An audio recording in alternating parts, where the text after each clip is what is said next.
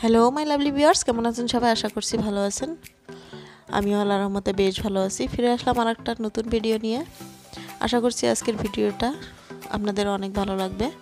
কাছে দূরে যে যেখান থেকে আমার ভিডিওটা দেখছেন, একটা লাইক দিয়ে অবশ্যই আমার চ্যানেলটা সাবস্ক্রাইব করে রাখবেন।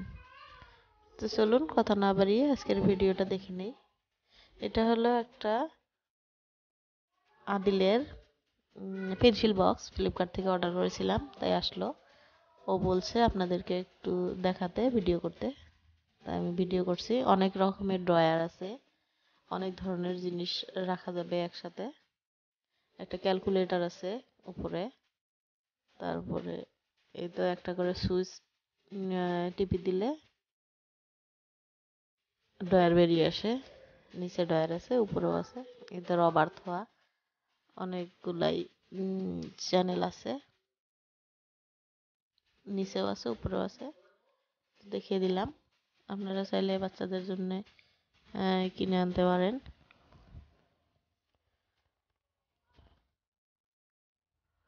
তো আজকে হলো শুক্রবার, হয়তো ব্লগটা কয়েকদিন দেরিতে পাবেন আপনারা। আমি এটা শুক্রবার দিন করেছি। দুই ভাই মিলে নামাজ পড়তে গেল, ওদেরকে আমি রেডি করিয়ে দিয়ে আমি এখন রান্নাঘরে চলে যাব। তো আমি যে ফ্লিপকার্ট থেকে একটা 5 কেজির চাউলের প্যাকেট এনেছিলাম, আপনারা তো সবাই দেখেছিলেন। ওই চাউলটা দিয়ে আজকে আমি পোলাও বানিয়ে দেখাবো আপনাদেরকে। তো আমিও দেখি কেমন হয়। আমি খুলিনি এই প্যাকেটটা, এই তো আজকেই খুললাম। দেখি পোলাও কেমন হয়। চাউলটা একটু চিকন আছে, লম্বা আকারেরও আছে। দেখি কেমন হয়, আপনাদেরকে রান্না করে দেখাবো। যদি ভালো হলে তো ভালোই, না হলে তো ভাত রান্না করে খেতে হবে বোধহয়। আমি তো স্পেশাল হিসাবে এনেছি। এই দেখুন, চাউলটা কিন্তু লম্বা লম্বা। যেহেতু রমজান মাস চলে আসছে, ওই জন্য আমি অ্যাডভান্স এনে রাখলাম। দেখি কেমন হয়। তো ফিরে আসলাম রান্নাতে। এখানে কড়াইতে দিয়ে দিলাম আমি পরিমাণ মতো রিফাইন তেল। দিয়ে আমি এখন কিছু বেরেস্তা তৈরি করে নেব। বেরেস্তাটা পোলাও রান্না করার পরে বেরেস্তা উপরে দিতে আমার ভালো লাগে, ফ্লেভারটা খুব ভালো লাগে। তো হাই হিটে আমি বেরেস্তাটা বানিয়ে নেব।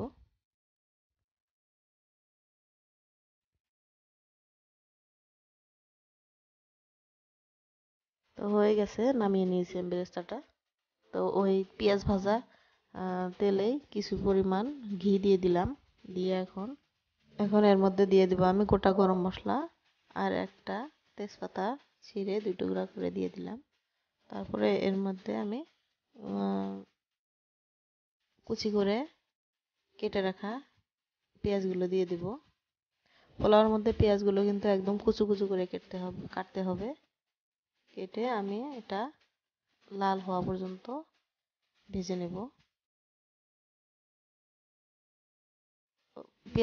পেঁয়াজ যদি আপনাদের তাড়াতাড়ি লাল হতে না চায়, তবে এর মধ্যে আপনারা 1 টিস্পুন পরিমাণ চিনি দিয়ে দিবেন। এই দেখেন কত দ্রুত লাল হয়ে গেল। আমি 1 টিস্পুন পরিমাণ চিনি দিয়েছিলাম।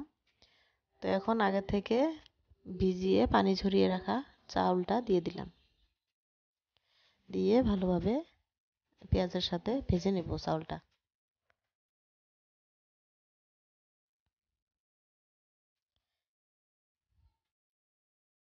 কিছু পরিমাণ বাদাম দিয়ে দিলাম, চীনা বাদাম ভেজে ভেজে রাখা ছিল আমার আগের থেকে, ওটা দিয়ে দিলাম। আপনারা চাইলে কাজু কিশমিশ এগুলো দিয়ে দিতে পারেন।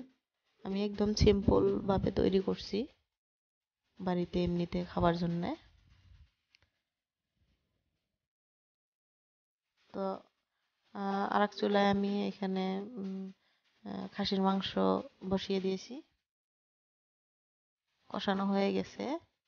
এখন এর মধ্যে আমি ঝোল দিয়ে ভালোভাবে ফুটিয়ে নেব।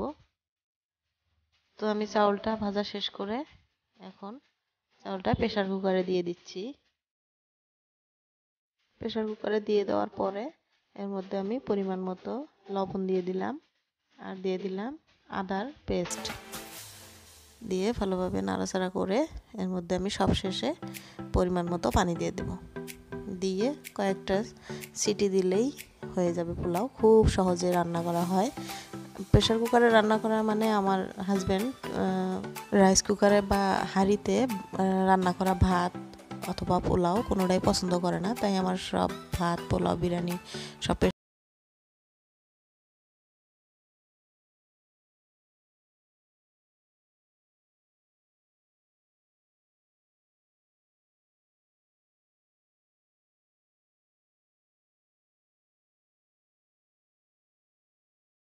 অবস্থা একদম ঘরের চাউলের ভাতের মতো দেখা যাচ্ছে। একদমই ভালো হয়নি। চাউলটা আমাকে খুব ঠকালো ফ্লিপকার্ট।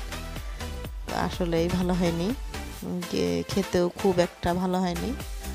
তো এটা আমার ভাত রান্না করে খেতে হবে। তো আপনাদের এক্সপিরিয়েন্সের জন্য আমি দেখিয়ে দিলাম। তো চাউল এটা কেউই বিরিয়ানির জন্য বা পোলাওর জন্য কিনবেন না। তো আমি এখন বিকালবেলা আমি আইসক্রিম বানিয়েছিলাম, এটা বের করে নিচ্ছি। মা ছেলে মিলে খেয়ে নেব, খুব গরম পড়েছে। আইসক্রিমের রেসিপিটা দেখতে চাইলে আমার ডেসক্রিপশন বক্সের লিঙ্কটা দেওয়া থাকবে, আপনারা দেখে নেবেন। তো আজকের মতো এখানে বিদায়, খোদা হাফেজ।